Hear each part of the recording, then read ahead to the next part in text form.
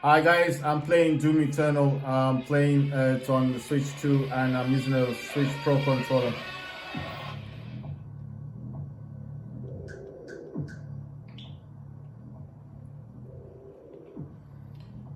No, this is hard.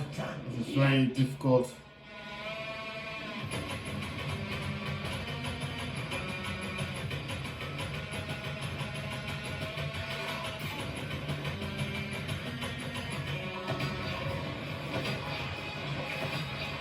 Excellent. Smash the heretic. I expected more from the great Slayer.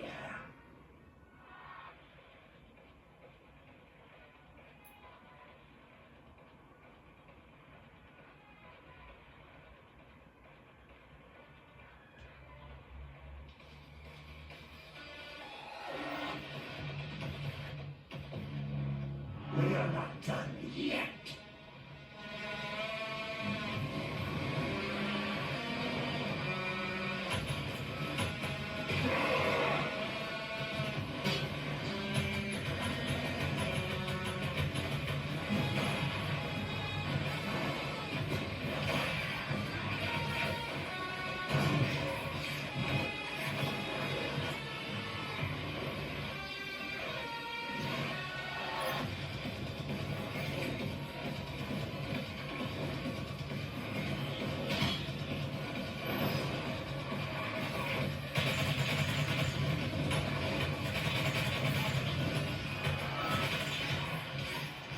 Excellent. Smash the heretic.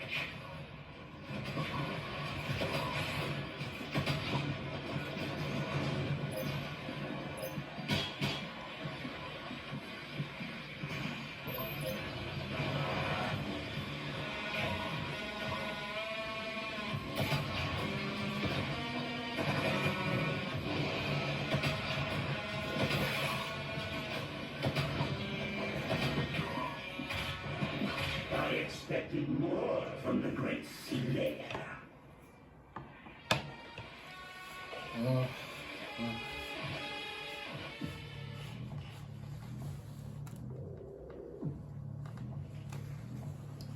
nah, this is. I've been playing this for a long time, man. I'm tired. Anyway, this won't damage my progress. All I'll do is this, and that's basically it. It won't do anything other than what I wanted to do. So that's what I like about this system.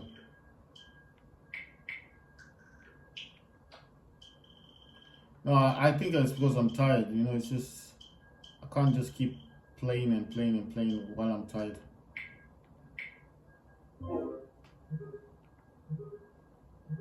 The good thing about the system is it'll still say you're playing the game and it won't cancel your gameplay. So then it doesn't disrupt your gameplay. When you go back into it, will still be on that chapter. So it's not like you're losing anything. You understand? So this is what I like about the system. It's like the Steam Deck. So if you come out of a game and you want to go back exactly to where you were, as long as that game was still active, then this is what the Switch 2 will do for you. But if you go and play in a different game, it will, when the next time when you try to play, like for example, Doom Eternal, it will not exactly take you straight back to where you were. It will take you to the last checkpoint that you were at. So that's why I just opted to just leave it for now, because I think I'm tired. I've been playing Hot Shot Racing. I played Fortnite. I played Mario Kart World, and then I've been playing Doom Eternal as well. So I didn't even, the game that I really wanted to play today was Warface Clutch, which I do have. You see, I've got Warface Clutch. That's Warface Clutch over there. I've got Warface Clutch. But then if I do even try to play that now, it will cancel the game that I'm currently playing on Doom Eternal. So I couldn't even play that today.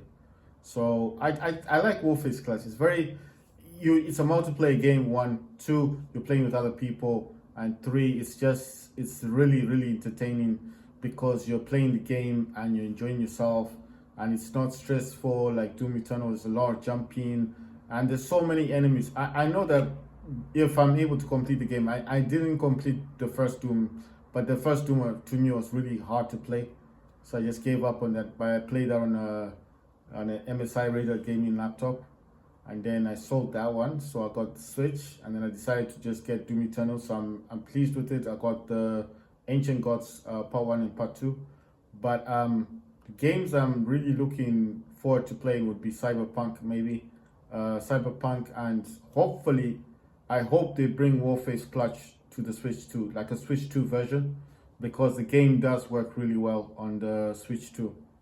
So I'm just saying, because a lot of people are like, oh, you can't see your progress, you can't see your battle pass, you can't buy stuff. Yeah, okay, fine, you can't buy stuff on the Switch 2, but you can definitely buy stuff on the Switch, the first Switch.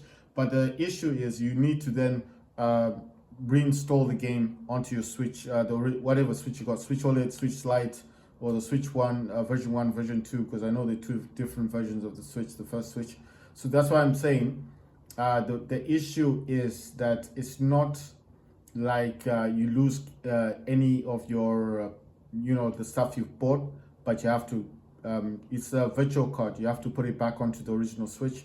And then I think it's you start playing it again on the Switch, the original Switch, and then basically you can start buying stuff using that order from that way, And then obviously when you want to play it back on your Switch 2, as long as you had paired your Switch Lite and your Switch 2 already, it will just transfer the games.